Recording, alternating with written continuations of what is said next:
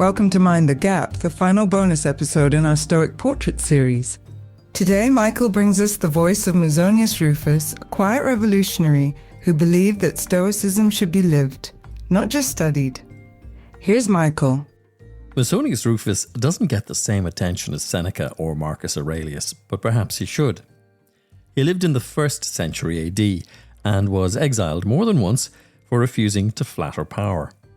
But exile never stopped him. In fact, it seemed to strengthen him.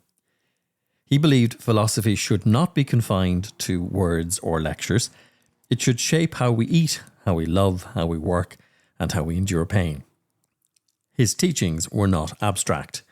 They were earthy, real, and relevant. He said, "Practice is more important than theory." He believed that we should train ourselves through small acts of discomfort, not as punishment, but as preparation. Cold baths, plain meals, simple clothing.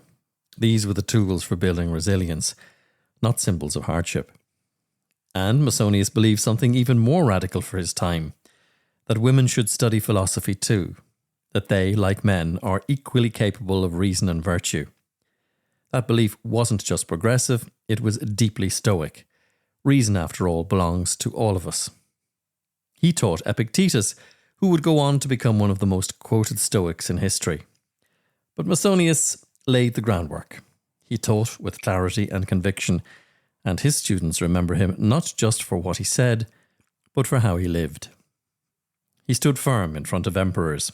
He spoke truth when it was risky, and he encouraged his students to look not at what others said, but at what they did. Character was the true measure. So if you're finding yourself wondering whether Stoicism still applies to the messy, modern, everyday moments of life, Musonius Rufus would say, yes. It's exactly where it belongs. In the kitchen, on the farm, in your relationship, not locked in books, but alive in your choices.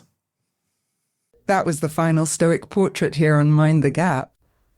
Starting this weekend, Season 2 of Mind the Gap, where we pivot away from the Stoics and dive deep into emotional intelligence as a science, philosophy, and practical tool.